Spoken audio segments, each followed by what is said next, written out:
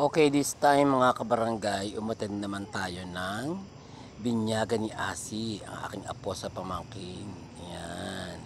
Ito ay apo ni Lori at ni Tony, ng aking pamangkin. Ayan. So, yan na si Asi, yung batang yan, nakasisilang lamang kailan lang at medyo nagkaroon ng pagkakataon na mabinyagan agad sa noon. And welcome to Christian World, Asi. Yan, pogi-pogi naman ang ako at ng bebe natin. Ayan, si Asriel Kin. Asi in short. At yan, awa naman ng Diyos ay araw ng Sabado yan. Ang maraming bisita at nakakatuwa naman at ang bata ay talagang ikangay na binyagan na sa lalong madaling panahon at sa wakas ay certified Christian na siya. Ayan. At sa mga pagkakataon yan, ay busy-busy. Ayan, dumating na nga ang mga ninong at ninang at ang mga bisita na nagmula pa sa Talisay, Batangas. Ayan, sa mga ni Jonah, sa mga kapatid ni Jonah at ang mga chikiting ay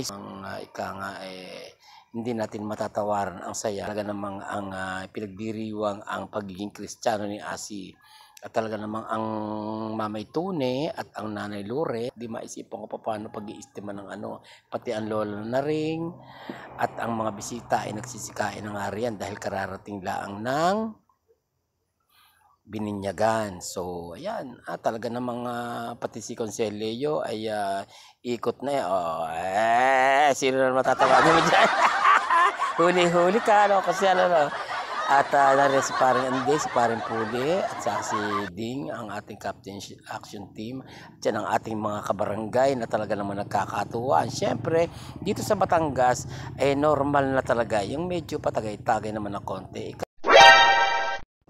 Kaya yung mga Batanggenyo, or kami mga Batanggenyo rather, ay talaga namang pagdating sa okasyon ay tulong-tulong at talaga namang ang magkakapitbahay, magkukumparian, magkakamag-anak, magpipinsan ay nagkakaroon ng pagtitipon at pagkakaisa para sa pagdiriwang ng isang okasyon.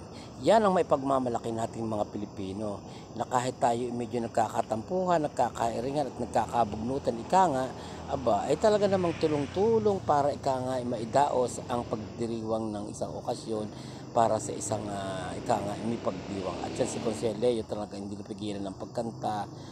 I'll be loving you yata eternally. Kaya naman na. At talaga namang napakasaya at dangan nga lamang at meron tayong isang pamangkin, apo sa pamangkin din na nasa ospital at nagkaroon ng diferensya. So hindi maiiwasan yung mga pagkakataon na kahit naman nagkaroon ng kasiyahan ay malungkot pa rin at hindi lubos ang kasiyahan dahil nga may kapamilya na nagkaroon ng mabigat na karamdaman.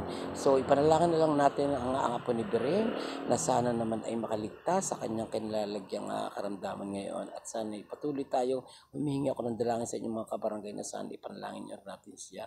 At welcome to Christian World, Asi, and thank you for watching guys.